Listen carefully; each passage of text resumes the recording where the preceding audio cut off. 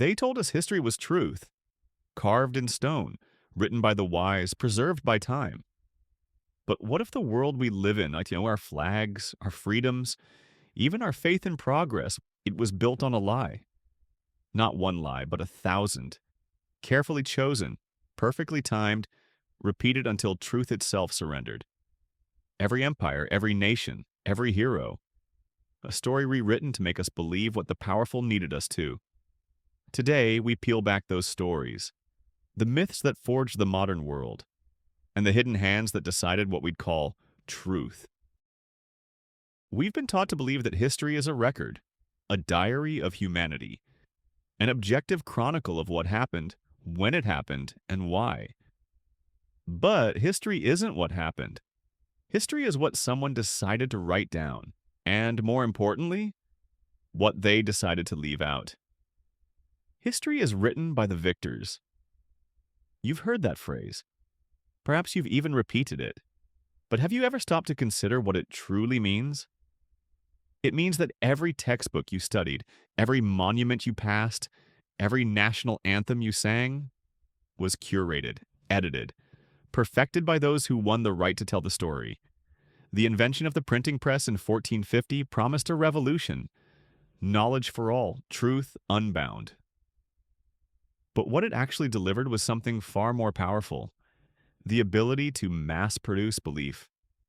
Before the printing press, a lie could only travel as far as a person could walk. After it, a lie could circle the globe. Kings realized this first, then the church, then governments. They understood that whoever controlled the narrative didn't just win the war, they won the future. Take the so-called Age of Enlightenment.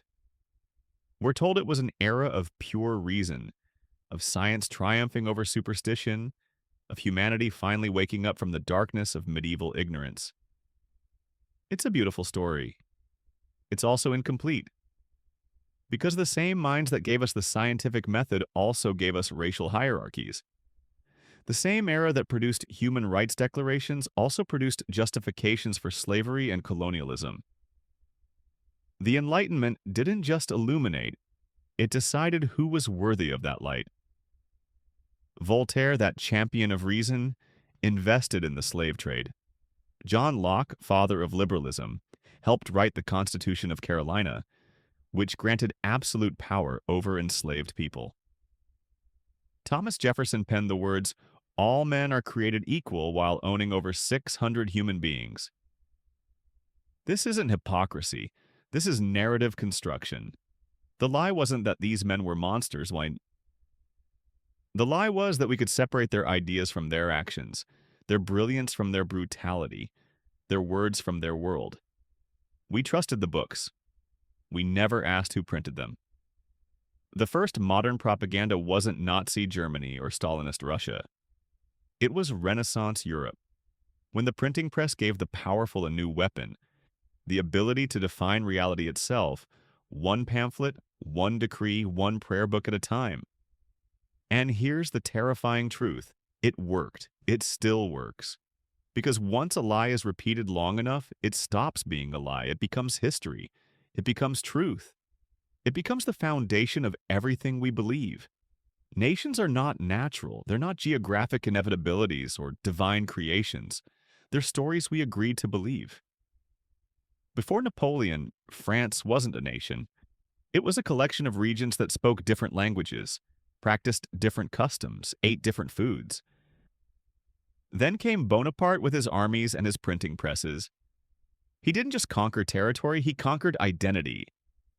He created the myth of the French people, unified, proud, destined for greatness. He commissioned art, rewrote textbooks, standardized the language, and turned regional peasants into patriots. By the time he crowned himself emperor, millions were ready to die for a country that hadn't existed a generation earlier. This wasn't unique to France. It's the blueprint every modern nation follows. Germany was invented by Bismarck in 1871, stitching together kingdoms and principalities with the thread of German blood and German culture, concepts that had barely existed decades before. Italy wasn't unified by shared history.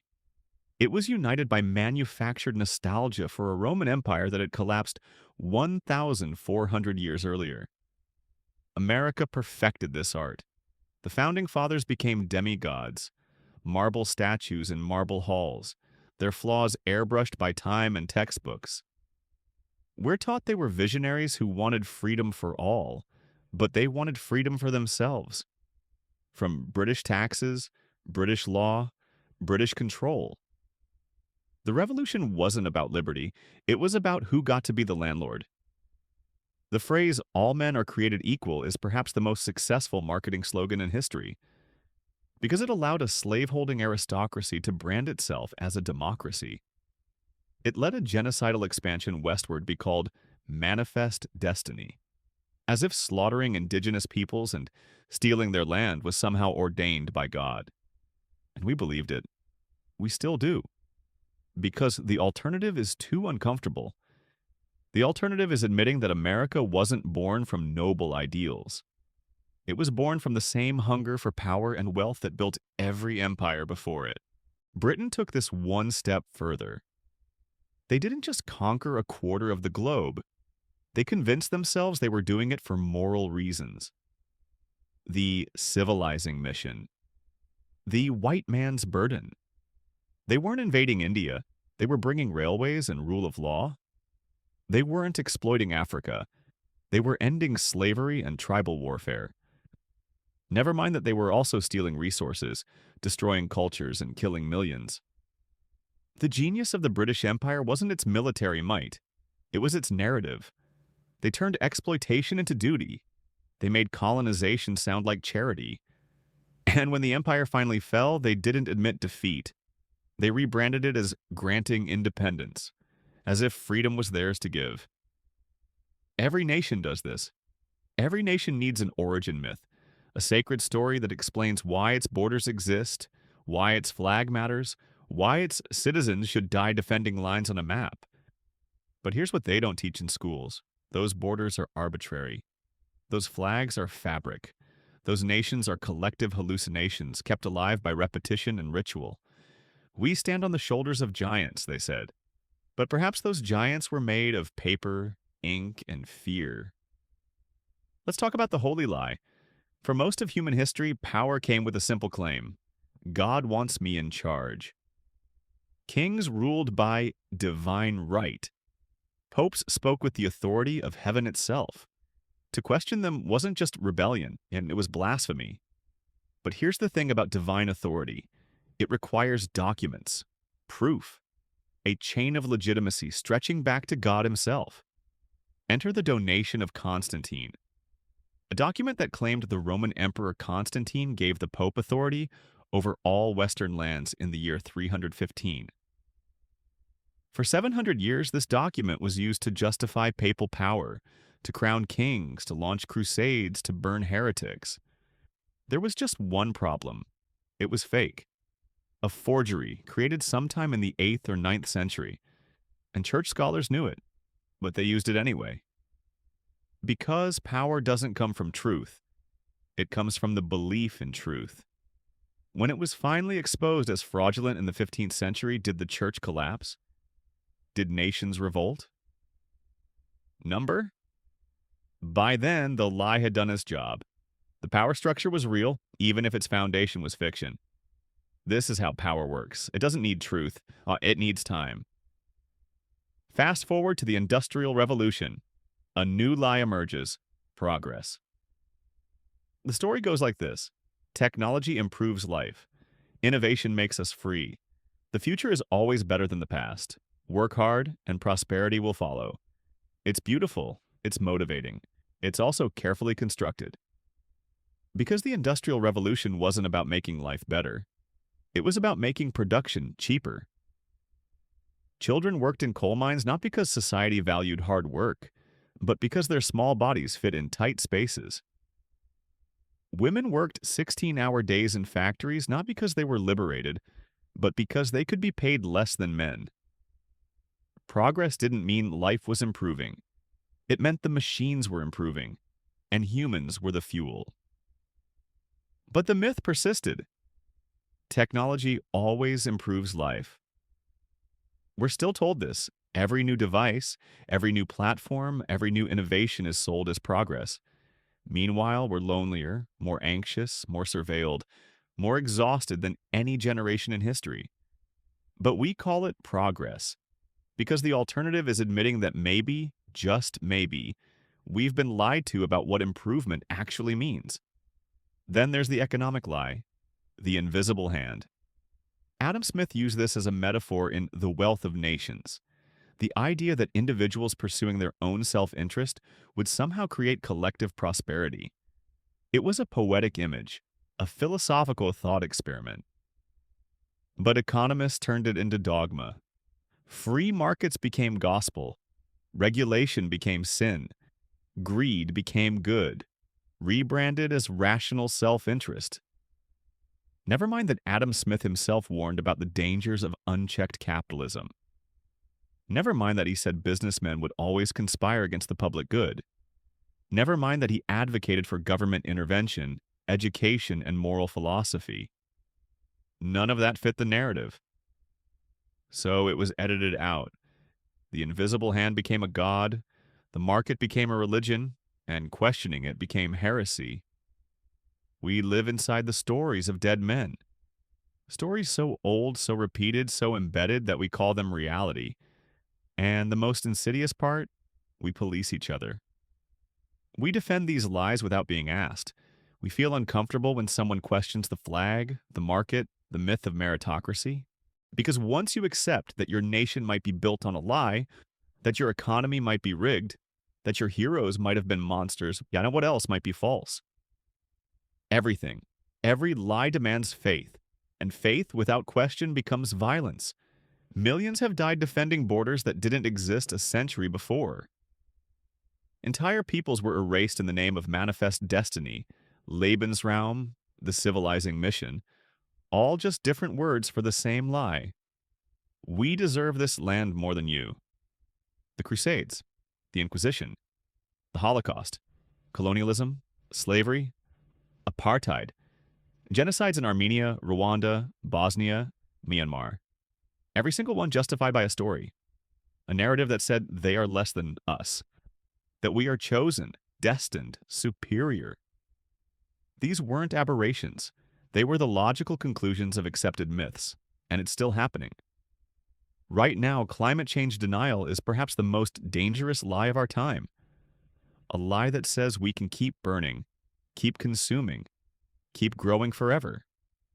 A lie funded by those who profit from it, repeated by those who find it comforting, and believed by those who don't want to face the cost of the truth.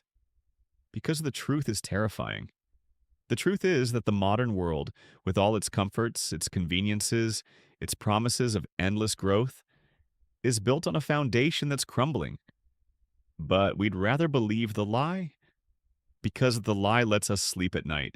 The lie tells us someone else will fix it. The lie whispers that it's not really that bad, that we have time, that technology will save us. Progress, remember, the lie that never stops giving. We're not victims of these lies, we're participants. We pass them down to our children through textbooks and traditions. We defend them on social media. We build our identities around them. Because without these myths, without the nation, the flag, the dream, the promise of progress, who are we? Just people.